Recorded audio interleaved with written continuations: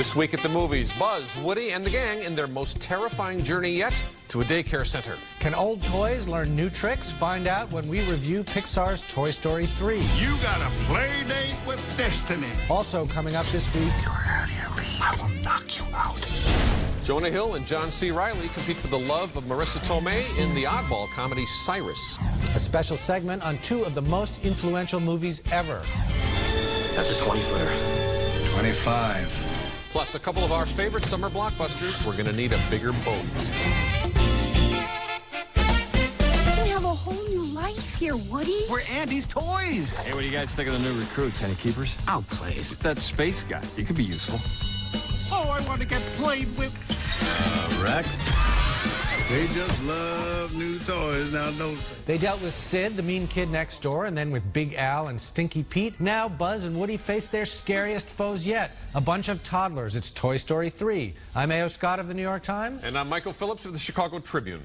In the glorious history of the Pixar Animation Studios, Toy Story stands out. The original was the very first Pixar feature, which changed the face of animated entertainment 15 years ago. Toy Story is somewhat incredibly the only Pixar property to spawn sequels. And even more incredibly, each Toy Story movie has surpassed the one before. I know I'm saying a lot here. Toy Story 2 is one of the great animated films ever, and Toy Story 3, in amazingly subtle 3D, may be even better. For one thing, it's visually extraordinary. Check out this action sequence worthy of Paul Greengrass's Bourne franchise, but with manic toddlers.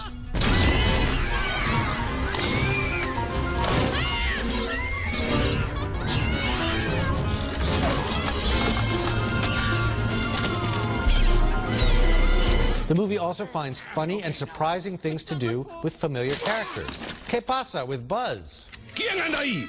¿Amigo o enemigo? Amigos. We're all amigos.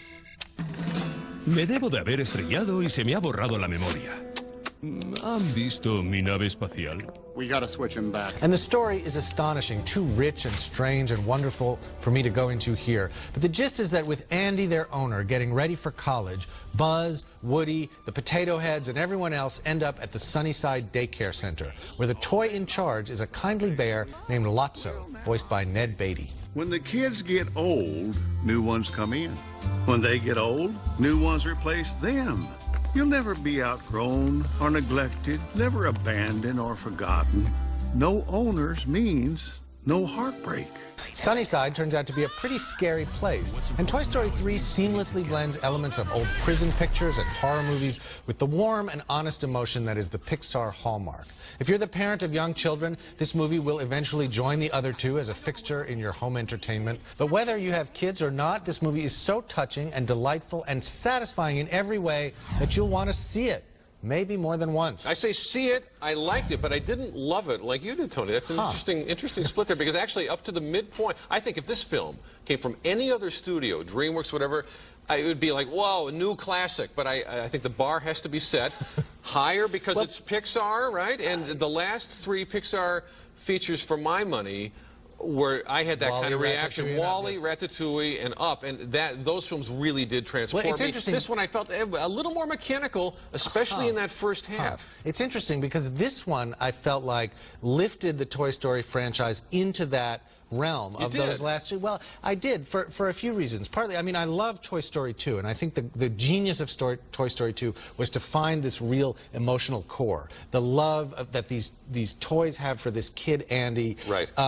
Turned into this wonderful, rich story of relationships and adventures and all of this. And I think that this movie, with a screenplay by Michael Arndt, who wrote Little Miss Sunshine, kind of builds on that and expands on that emotion and finds new places to go with it. I also think this movie is visually, cinematically so amazing. Some of it is even a little intense maybe for small children. There's a really scary giant baby doll and a monkey with symbols that might give people although I think nightmares. that's actually one of the funniest little details is this monkey with the symbols and how he becomes part of this escape plot. Very good. But I know what you're talking about with the intensity of the climax, which we don't want to talk about because of a spoiler, sure, I think. But you're really asked to wonder if these toys are going to survive what is happening to them, and not in any kind of cutesy way. Anyway, I guess one of the things that I hold back on with the whole Toy Story franchise, why I don't love it like the other ones, is the look of this animation is a little more antiseptic and a little over-sweet to me. I know we're in a toy universe, but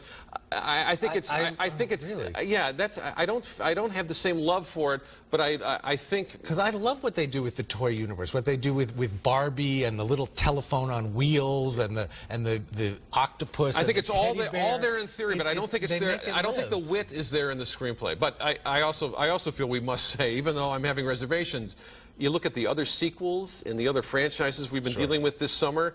This film, which I am recommending, as you are, not as strongly, but it's suddenly looking better and better every second. Well, I think that's true, and I think it just shows the self-confidence and the depth and just the artistry that Pixar remains in the animation world uniquely capable of. And I think this is a great one. All right. Coming up next, Guy Meets Girl, then Guy Meets Girl's grown-up live-at-home son. It's Cyrus, starring John C. Reilly, Marissa Tomei, and Jonah Hill. Sorry for interrupting you. She has a grown son. Oh, my God. To John, our new friend. So, are you going to stay the night?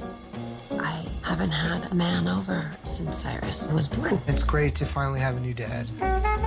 I'm still trying to pinpoint why the new comedy Cyrus didn't work for me, but give me 1 minute, I'll have it. Simple premise, a sad sack, played by John C. Reilly, still depressed years after his divorce from Catherine Keener, meets a completely fabulous and available woman played by Marissa Tomei while he's outside at a party. What am I doing? I'm just going to mess this up. Because you're a really hot girl, and I'm sorry. You're not messing it up. Are you flirting with me? Okay, well, that particular hookup seems like a stretch, but anything to get the plot going. The relationship begins to blossom. The Reilly character cheers up, but Molly, the Tomei character, who's really just a placeholder for a character, has withheld a key piece of information about her life. Does Molly live here? Yeah, can I ask who is asking? Oh, I'm sorry. I'm John. I'm a friend of hers. I'm sorry. I'm Cyrus. Cyrus, yeah. Her son? Her son. Yeah, I know, yeah. From there, Cyrus wobbles along as a mixture of black comedy as Cyrus and John try to destroy each other the way Reilly and Will Ferrell did in Step Brothers, and feel-good sentiment, which feels like it's coming from a different movie altogether. I guess that's why it didn't work for me. I didn't feel the outcome came out of the movie I'd been watching. Of all the writer-directors working in the low-budget genre known as mumblecore, I've liked the work of Mark and Jay Duplass among the best. This one's a disappointment, though, even with a valiant A-list cast, so I say skip it. You? I'll tell you why it didn't work for me. Yeah, skip it, or rather, I'll show you. Okay. Just tell me what the camera is doing in this scene. All right. Don't you want me? Don't believe it when you say that you'll need me.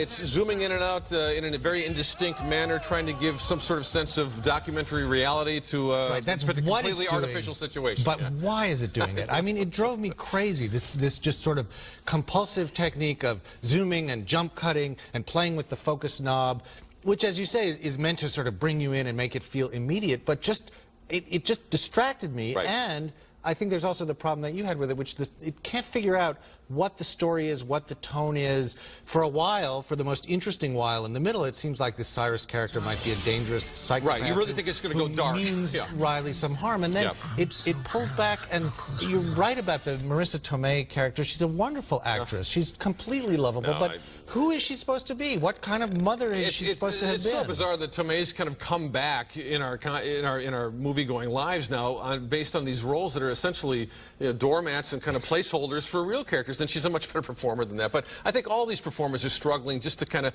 fill in the margins here. But I like the Duplass's earlier film Baghead, which is, an indie people should seek out. Hopefully the next one's good too. Baghead's good. The puffy chair, their other feature, is not. We disagree on that, but we agree on Cyrus. Andrew Bujalski, that's the mumblecore. He is the talent. Okay, coming up next, a spectacularly nutty German silent film and an astonishing French New Wave classic return to the big screen. Tony and I tell you why you're missing out if you've never seen them. Tenderness.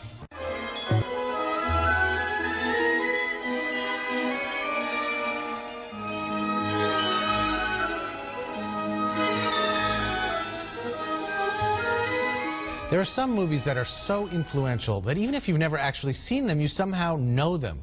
Just about every science fiction movie owes something to Fritz Lang's Metropolis, a silent masterpiece first released more than 80 years ago and recently restored to something close to its director's original vision. And nearly every hip, knowing, movie-quoting movie, I mean you, Quentin Tarantino, can be traced back to Jean-Luc Godard's Breathless, which turns 50 this year. Moi, je trouve ça me va très, très bien. Tu es encore plus folle que moi. Fais chier. Je m'intéresse toujours aux filles qui sont pas faites pour moi. Now, are these movies just history homework for film geeks like us, or do they still offer something to today's audiences?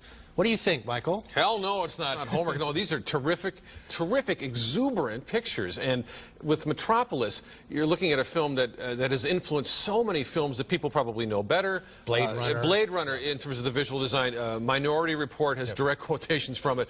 And it's so very influential that way. But if you just sort of go back to it and enjoy it for what it is, which is this bizarre thing, shot in 1927, set in the early 21st century, and it's this fantastic futuristic world where, this one industrialist owns everything, and it's this capital labor sort of metaphor. And the workers live underground, and they march into the factory. And we have a guy creating a robot woman to kind of control the masses, and I mean, this movie is certifiably nuts, and naive in many ways, but it is so exciting as cinema, and the 25 minutes of lost footage they found 2 years ago in a Buenos Aires vault has clarified and really improved everything. Story. Well, we should give, because some of the history, not to get too film geeky. I mean, let's go. Lang made this movie at the UFA studios in Germany, and it was cut first there, and then when it was released in the United States, Paramount cut it down to 90 minutes, shaved more than an hour off it. Made no sense at all. And recut and remade the movie. And so for a long time, it was a sort of holy grail, because there was this idea that something approaching Lang's great epic visionary work would materialize, and bits and pieces of it have come back over time. And then 2 years ago, a true find, right? Yeah. 25 minutes and of lost this footage. may be as close as we'll ever get. It's not everything Lang did, but it does expand the story, and it expands the reality of this world that he created and imagined. It's a terrific it's exciting. Now this represents a different story than Godard's Breathless, which is celebrating its 50th anniversary. Yes. There's no new footage here. There's nothing except that it is looking just beautiful. And unlike, I would say this, Metropolis feels like a brilliant and sort of fantastic antique, and Breathless feels like it was made tomorrow. Or that it's like a bulletin from the future of movies. I think there was a feeling in those days of the new wave in the late 50s and early 1960s that this was where movies were going, and to some extent it was. But there's this amazing freshness and spontaneity. Godard shot it pretty much by the seat of his pants with Jean-Paul Belmondo and Gene Seberg playing this couple straight out of a kind of a B-movie, gangster movie. Right. He's killed a cop, he's on the run. She's this exchange student selling copies of the Herald Tribune on the streets of Paris. Right, and the question of the plot is she going to give him up, to the police, essentially, and kind of, and that's the straightforward plot. Right. The movie is not about the plot. The movie is not interested in telling the plot straightforwardly, and what you have, you have a very kind of routine story about how the first cut came in, 2.5 hours. That is the old story, right? The first cut comes in very long. Now, how was it edited? It was not edited in any kind of conventional way. They took a little bit from every scene, and suddenly the film acquired an entirely fresh sort of rhythm, momentum, and surface. Rhythm, music, ideas, beautiful people. Paris, you got to see this. You can't lose. See it again. Both the restored Metropolis and the re-released Breathless are playing in theaters around the country this summer. You owe it to yourself to catch up with them or see them again. Coming up next, pass the popcorn and crank up the AC. We'll talk about some of our favorite summer movies.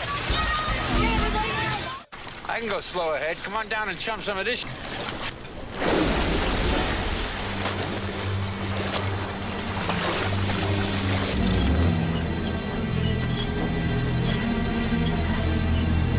You're gonna need a bigger boat.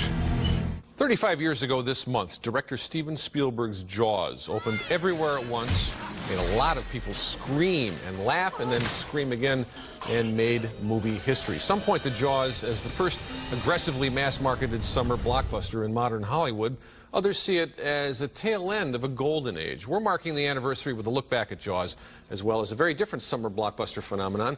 Both films make this summer's stuff look even lousier by comparison, Tony, I think. Well, the amazing thing about Jaws, you watch it now on DVD, and it's so slow, and in a good way. I mean, it's a slow build of suspense. I wouldn't use the word slow. Well, but yeah, I think it moves very patiently and slowly, and it does not bombard you with loud, spectacular, in-your-face right, effects. True enough, true enough. You barely see that shark at all. They were working with a mechanical shark. There was no CGI. Half the time the shark didn't work or didn't look particularly scary.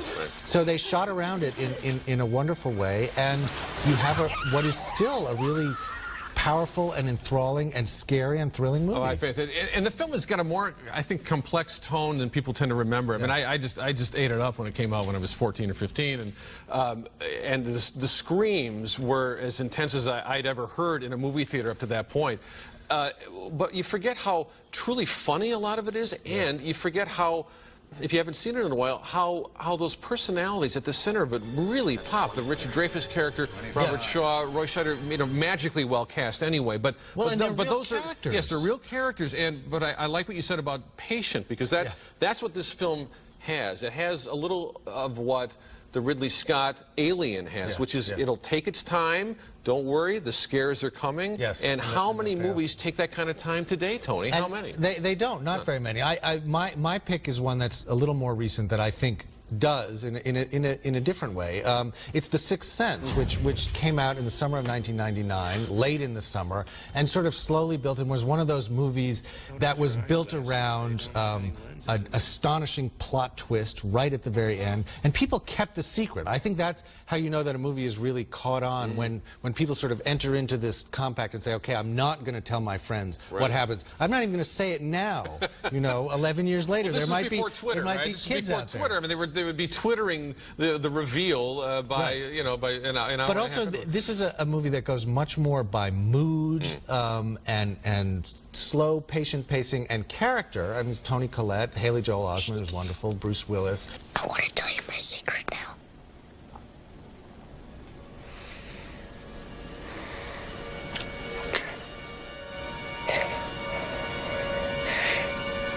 I see dead people. Why did The Sixth Sense, which I loved a lot, and it does give me a good feeling that Shyamalan, one way or the other, is going to get back. Someday we'll make another movie. He will, and it's just a question of which property, I think. Yeah. But why does that film, which relies heavily on one major twist, succeed, whereas if you happen to not buy the Shutter Island parallel, if that film didn't work for you, why did one work and the other not? That's a very good question. I mean, some people do think that Shutter Island did work in exactly that way, by sort of pulling the rug out at the very end and showing you that what you had been watching was something different than what you'd thought. Right. I just think it's a matter of technique and artistry, and Shyamalan, in that movie, he tried to repeat it again and again and again, which was part of his problem. Set it up in such a way that it did pay off, and you went, oh my God. But those Bruce two films, Willis is what? Jaws, The Sixth Sense, totally different kinds of thrillers, but they both believe in characters and they believe in taking their time. Absolutely. So both Jaws and The Sixth Sense are available on DVD right now. Coming up next, can't decide what to see in theaters? Stay tuned for my 3 to see. You wonder why I'm still working at this age. Closed captioning for At the Movies is sponsored by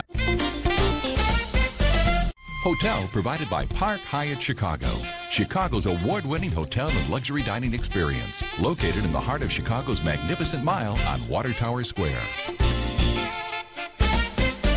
There's a lot of subpar stuff out there in theaters these days, but there are also movies worth seeing. 3 anyway, by my count. Number 3 is the documentary Joan Rivers, A Piece of Work, an unflinching, ultimately admiring portrait of the groundbreaking, taboo-smashing comedian, still speaking her mind in her mid-70s. Number 2 is Agora, a sweeping, pointedly topical historical drama starring Rachel Weisz as an ancient philosopher threatened by religious extremism and political cynicism. It's the Passion of the Christ for liberals. And number 1 is Toy Story 3, You've Got a Friend in Me, for sure. Yes, you've got a friend in me with that film too. I liked it. I didn't. Less ardent friend. Yeah, perhaps. but you would really put that film right up there with the very best of Pixar? I want to see it more. I want to see it again. I always love to see them more than once, because the first time I get so caught up in the story and the characters and just the pleasure of watching. I would like to look at it more closely again. Well, this is a good sign when you're swept up. My first impression is of great enthusiasm and pure movie-going delight. I'm going to see it again a second time, too, so we'll see if I like that first half any better the second time. That's it for now. We'll leave you with a recap of this week's show. Now you can join the discussion by following us on Facebook and on Twitter. Just go to atthemoviestv.com to find out how. And check out our web exclusive where we'll be answering your questions. And join us next week for reviews of Night and Day with Tom Cruise and Cameron Diaz. Until then, we'll be at the movies.